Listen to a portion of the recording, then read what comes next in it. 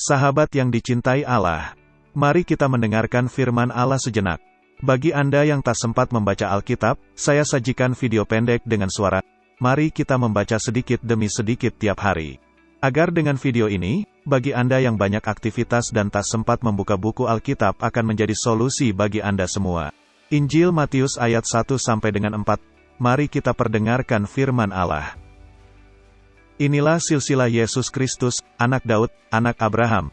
Abraham memperanakan Ishak, Ishak memperanakan Yakub, Yakub memperanakan Yehuda dan saudara-saudaranya. Yehuda memperanakan Peres dan Zerah dari Tamar. Peres memperanakan Hezron, Hezron memperanakan Ram. Ram memperanakan Aminadab, Aminadab memperanakan Nahesen, Nahesen memperanakan Boas dari Rahab. Boas memperanakan Obed dari Rut. Obed memperanakan Isai, Isai memperanakan Raja Daud. Daud memperanakan Salomo dari istri Uria. Salomo memperanakan Rehabim, Rehabim memperanakan Abia, Abia memperanakan Asa. Asa memperanakan Yosafat, Yosafat memperanakan Yoram. Yoram memperanakan Uza, Uza memperanakan Yotam. Yotam memperanakan Ahas, Ahas memperanakan Hizkia, Hizkia memperanakan Manasye. Manasye memperanakan Amon.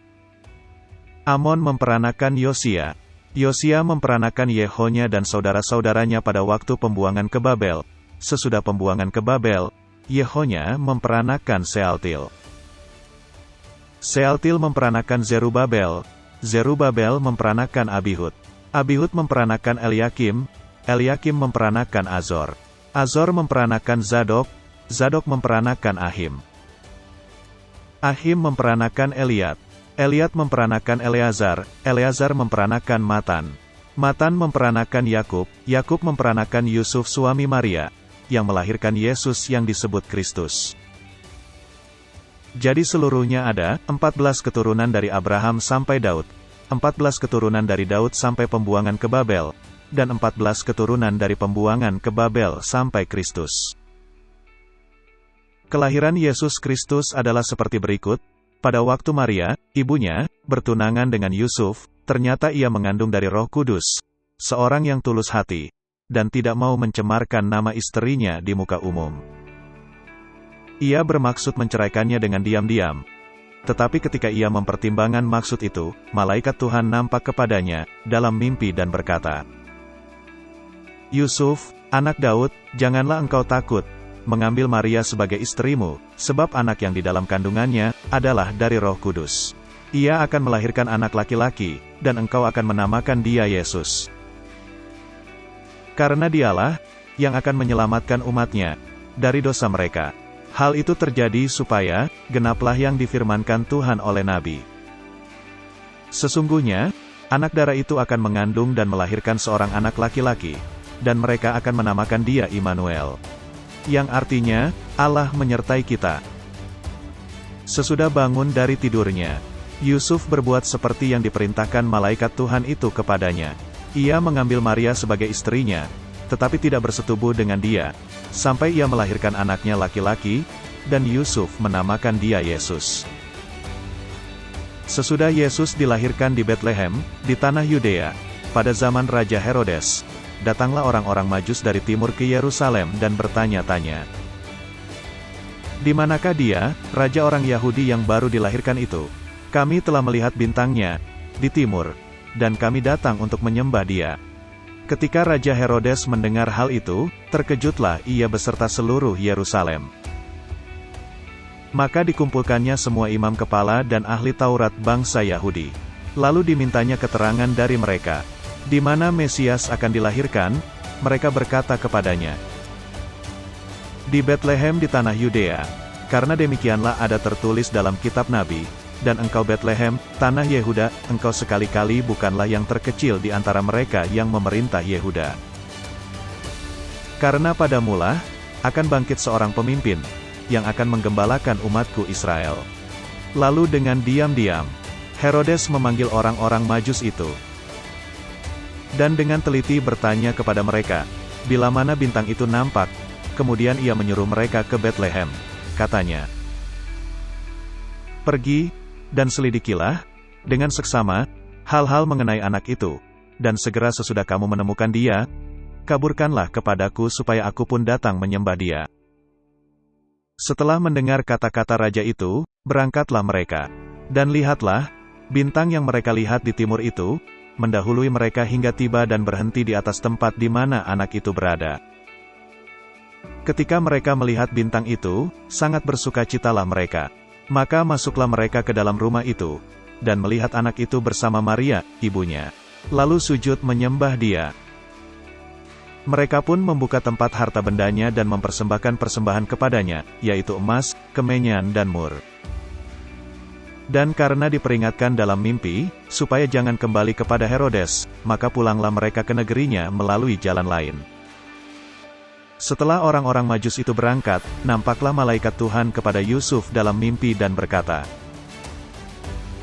"Bangunlah, ambillah anak itu serta ibunya, larilah ke Mesir dan tinggallah di sana, sampai aku berfirman kepadamu, karena Herodes akan mencari anak itu untuk membunuh dia." Maka Yusuf pun bangunlah, diambilnya anak itu serta ibunya malam itu juga, lalu menyingkir ke Mesir dan tinggal di sana hingga Herodes mati.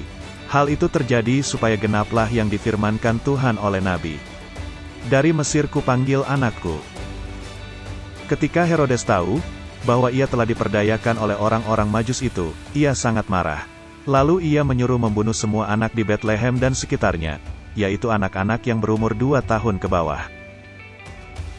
Sesuai dengan waktu yang dapat diketahuinya dari orang-orang Majus itu, dengan demikian, genaplah firman yang disampaikan oleh Nabi Yeremia. Terdengarlah suara di Rama, tangis dan ratap yang amat sedih. Rahel menangisi anak-anaknya, dan ia tidak mau dihibur, sebab mereka tidak ada lagi. Setelah Herodes mati, nampaklah malaikat Tuhan kepada Yusuf dalam mimpi di Mesir.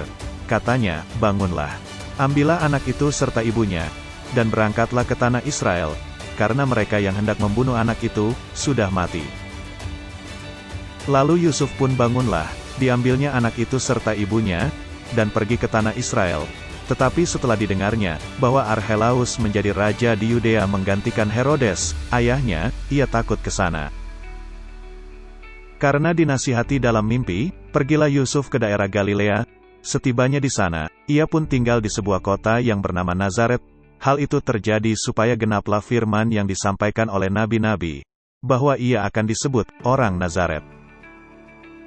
Pada waktu itu tampillah Yohanes Pembaptis di padang gurun Yudea dan memberitakan, "Bertobatlah, sebab kerajaan sorga sudah dekat." Sesungguhnya dialah yang dimaksudkan Nabi Yesaya ketika ia berkata, "Ada suara orang yang berseru-seru di padang gurun, persiapkanlah jalan untuk Tuhan, luruskanlah jalan baginya." Yohanes memakai jubah bulu unta dan ikat pinggang kulit, dan makanannya belalang dan madu hitam. Maka datanglah kepadanya penduduk dari Yerusalem, dari seluruh Yudea dan dari seluruh daerah sekitar Yordan. Lalu sambil mengaku dosanya mereka dibaptis oleh Yohanes di sungai Yordan.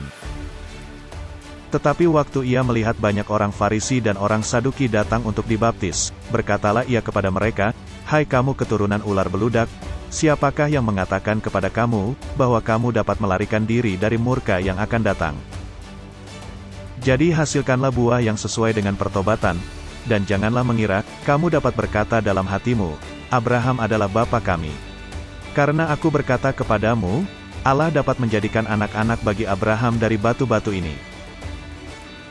Kapak sudah tersedia pada akar pohon dan setiap pohon yang tidak menghasilkan buah yang baik, pasti ditebang dan dibuang ke dalam api.